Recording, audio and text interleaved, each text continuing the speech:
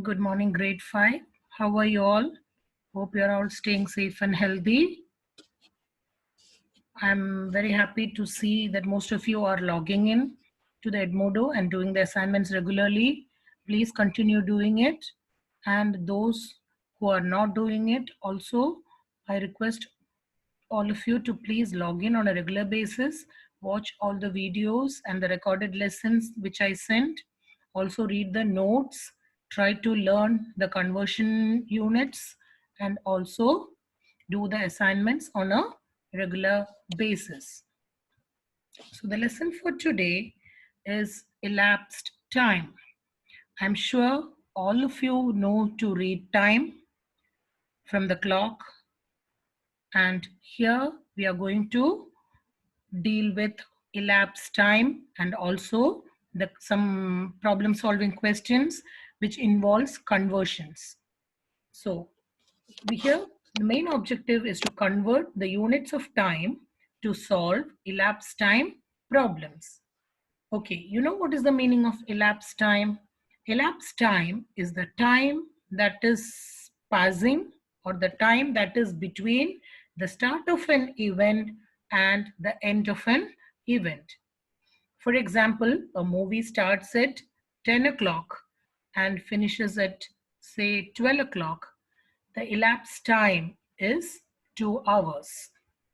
So if you know the start and the end timing, you can find the elapsed time.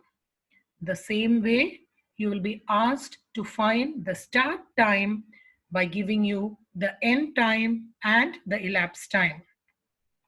Also, you might be asked to find the end time by giving you the start time and the elapsed time.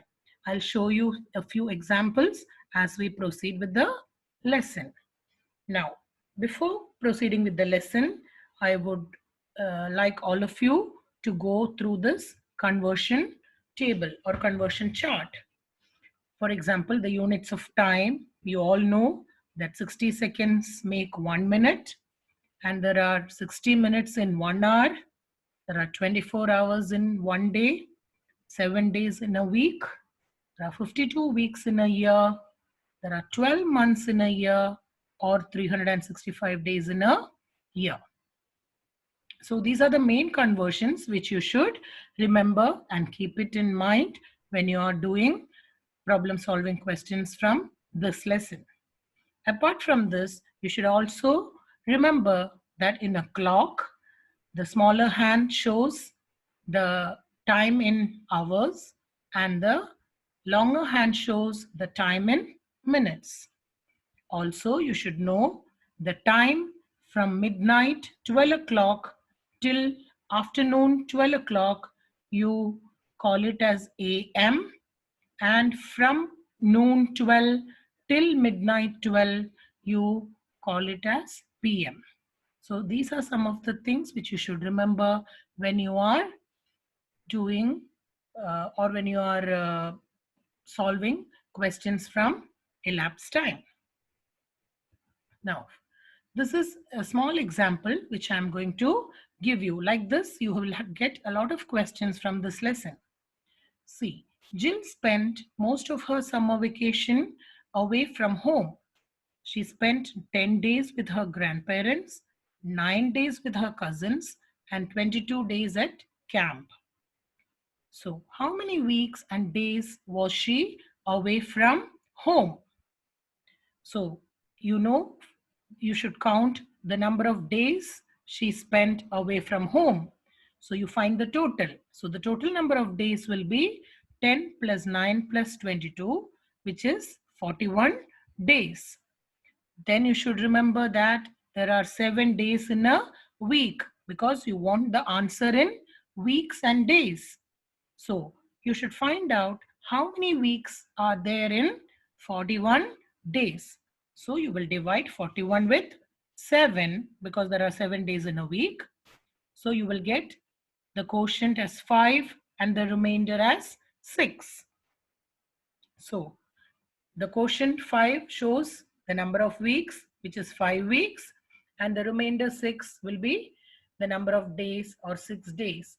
That means Jill spent 5 weeks and 6 days away from home. Don't you think it's easy, children? Now, let us go on to another question. See, this is about the time. Monica spent 2.5 hours working on her computer. If she started working at 10:30 a.m., what time did she stop working? So this you can do either using a clock or using a number line. Here I am showing you how to use a number line to solve this problem. So in the number line, you can draw a number line and mark the start as 10:30 because she started working at 10:30 a.m. and she worked for 2.5 hours. So you can show a jump of 1 hour, which makes it 11:30. Then another jump, which makes it 12:30 plus another jump of half an hour, which is 30 minutes. So from 10:30, 11:30, 12:30 plus half an hour makes it 1 o'clock. And you know, after 12 o'clock, the time AM becomes PM after 12 noon. So you can write the answer, Monica stopped working at 1 p.m. Hope you understood the lesson well, students. I have sent you another video also, so you can go through this recorded lesson. And if you have any doubt, you can get back to me. This is a very simple lesson, so you should be able to solve all the problems from this lesson. If you have any doubt, please message me through the Edmodo, and I'll be more than happy to reply to you. Thank you. Have a nice day. Bye-bye.